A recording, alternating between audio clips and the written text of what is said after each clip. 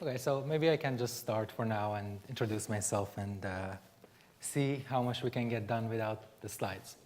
So thank you for the introduction. My name is Amin Ahmad. I'm a postdoc at the NIH Big Data to Knowledge Center at the University of Illinois. And today I will be talking about, today I will be talking about the KnowEnG platform for genomic data analysis on the cloud. And I will also talk about the specific use case of this framework in gene prioritization for pharmacogenomics. One method of analyzing genomic data, one paradigm that is now widely used, is to perform statistical analysis on an experimental data set, and then to interpret the results of that analysis. One would compare the results with the results that exist in the literature, or they can compare the results with other publicly available data sets that exist. For example, a researcher may may identify differentially expressed genes in breast cancer, a gene set, and then to obtain new insight about the results, they may, for example, go to Reactome and look at the gene sets that correspond to different pathways and basically perform pathway enrichment analysis.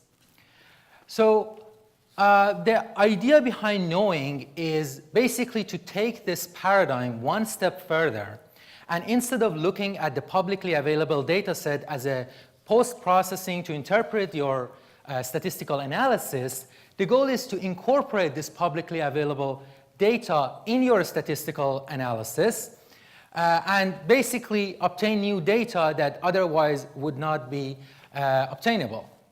By the way, I should mention KnowEnG stands for Knowledge Engine for Genomics. Okay, so this is the main idea.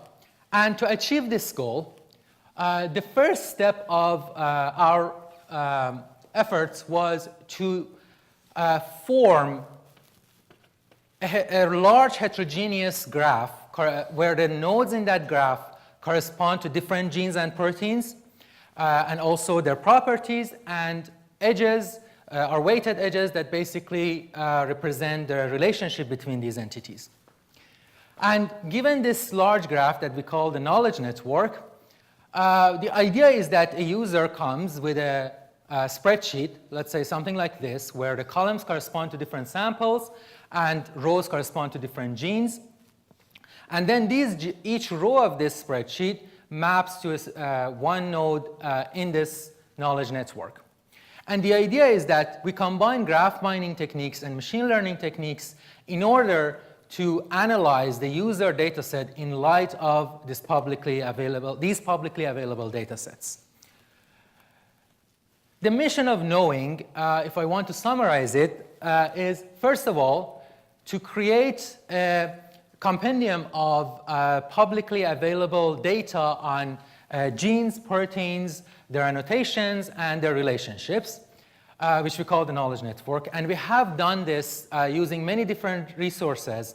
And currently, we have a knowledge network, basically information on more than 130 species, millions of nodes, and almost 1 billion edges. The second step, which is also very important, is to develop new analytical tools in order to be able to take advantage of this publicly available data set in order to analyze the user data set. And finally, we are deploying these tools on the cloud using Docker containers, which allow scalable cloud computing and also ensures that the results are reproducible. Okay, so to give you an example of how this new framework works, I just want to talk about identifying genes that, whose mRNA expression can determine the drug response for different cell lines or individuals. Why this research question an important one? The reason is that if we know which genes can determine response to a specific drug, then or basically genes that sensitize individuals to a specific drug, then we can identify drug combinations that can be used in chemotherapy, for example. It can also help us to reveal mechanism of action of different drugs. We can identify novel targets, and even we are able to predict drug sensitivity of individuals. Of course, gene prioritization is not a new task. Many different approaches has been taken, but most of these approaches can fall into two categories. The first one, which is the univariable analysis that is really widely popular, is basically performed by looking at one gene at a time and comparing it with the drug response. For example, you can use Pearson correlation or Spearman correlation and score genes based on how well correlated they are with the phenotype of interest, here the phenotype being the drug response. Alternatively, you can go one step further and do a regression analysis, for example, ElasticNet or Lasso, and learn a model that relates your response to your features, and then rank your features, here being genes, based on their relevance in that model. However, all these methods really fall in the first paradigm that I mentioned, in that they don't really take into account the relationship between the genes that we are really aware of through these publicly available data sets. So we hypothesized that since proteins that are involved in a drug mechanism of action are functionally related to each other, a network in the form consisted of protein-protein and genetic interaction can improve the performance of prioritization. So to test this, we used two different data sets. The first one corresponds to human lymphoblastoid cell lines, approximately 300 such cell lines, and drug response for 24 cytotoxic treatments. And the second one is a publicly available data set from the GDSC database, which has more than 600 cancer cell lines and drug response for 139 cytotoxic treatments. And for our basically sub-network of the knowledge network, we used experimentally verified protein-protein and genetic interaction from the string database. And we developed an algorithm for this task called ProGENI, which works in several steps. The first step, which arguably is one of the most important steps, is that given the matrix of gene expression, cell lines by genes, we perform a network-based transformation on this feature matrix to generate a new matrix. And what does this do is that effectively the value assigned to each gene in this new matrix is a combination of the expression of that gene and also the genes that are its neighbors or are highly connected to it through some other genes. So basically what we are doing is that we are not simply looking at the expression of the gene in isolation, but we are looking at it in the context of the network, and we are taking into account the activity of the genes that also interact with it. So the second step is that we do correlation analysis, pick a few genes that now, with this new feature, are most correlated with the drug response. We call them the RCG set, response correlated genes, and then use that again in the graph, in the network that we have, but here as the restart set in a random walk with restart algorithm, and basically rank all the nodes in the network based on their relevance to this set of genes. So this is fine, and at this point we can just say that we have a score to rank genes, but we don't stop at this point. And the reason is that if we do, we will have a very high level of network bias. And by that, I mean that genes that are hubs of the network, have high degree, will be ranked highly independent of the phenotype and simply because they're well connected to everything else. So what we do is that we perform a normalization based on another score that really tells you the importance of the gene in the network independent of the phenotype. And we use that normalized score to rank the genes. So this is basically the general pipeline of ProGENI. So to validate the results, we consider two methods of validation. The first one is a computational validation, and it's based on the idea that a good prioritization algorithm should find genes that can predict the drug response better than other algorithms. So to compare our method with other baselines, we formed a cross-validation scheme in which we divide the cell lines into training and test sets and perform prioritization on this training set, find, let's say, top 500 genes, train a support vector regression, a nonlinear model on that, and then use that model to predict the drug response on the test set, and we can then compare it with the true value of drug response.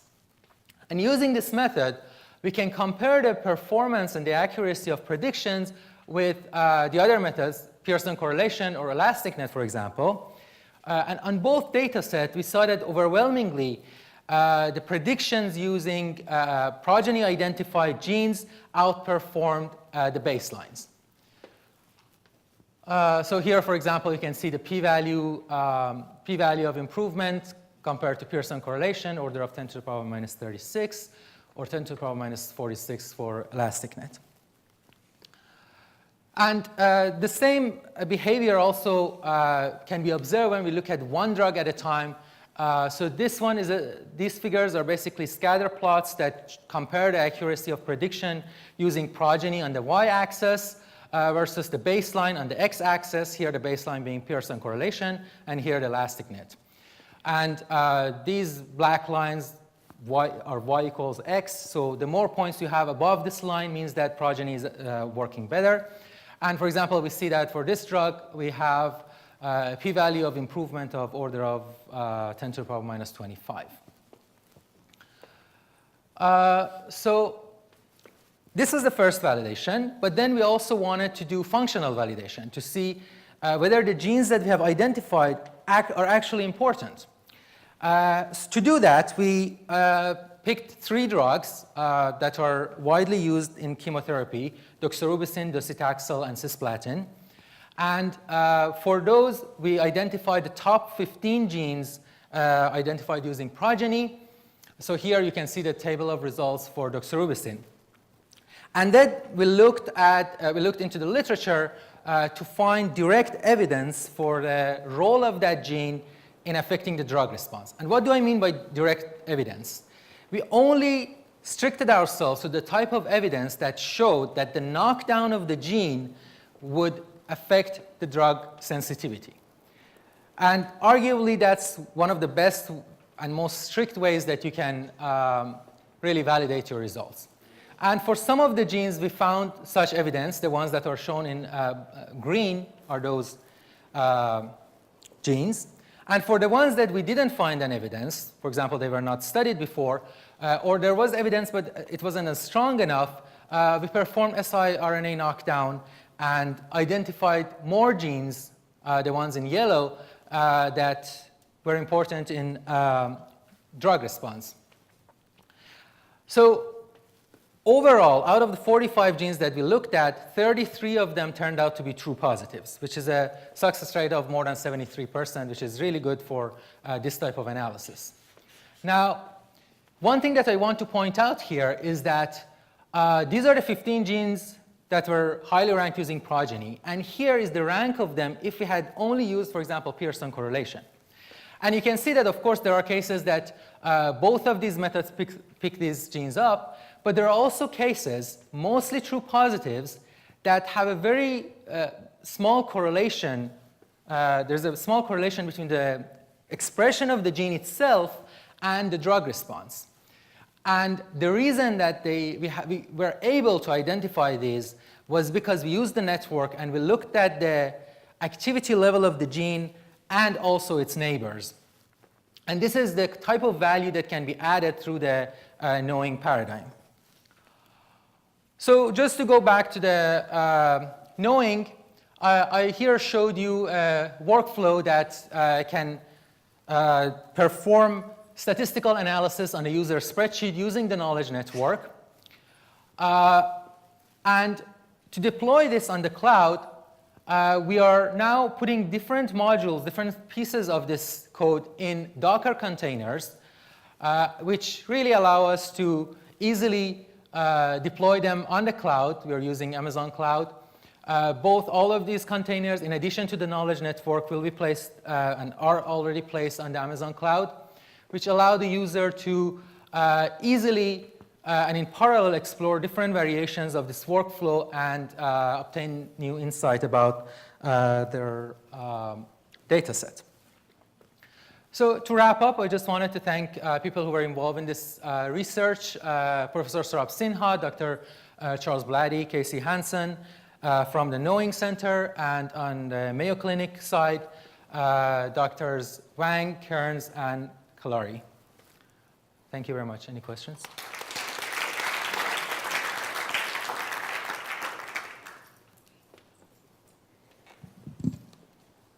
Questions?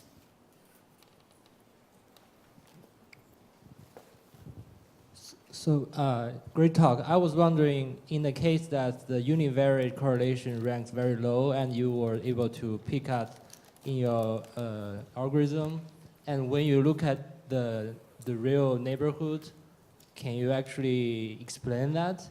Or rather than just look at literature, can you just look at your network and trying to interpret it? So the reason that gene is picked up is basically because a lot of time it is highly connected to genes that are correlated with drug response. So let me show you another figure, this one. So this is the graph corresponding to the same genes that I have shown. The nodes that are green are basically the ones that were picked up using ProGENI.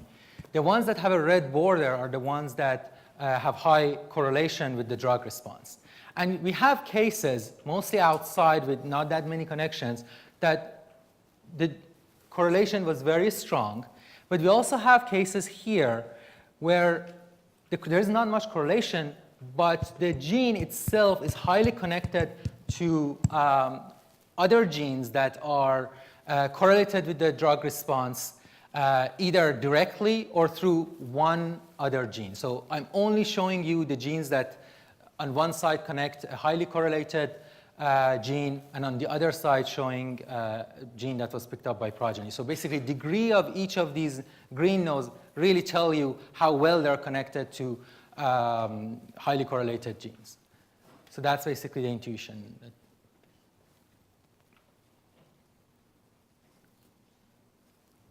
Other questions?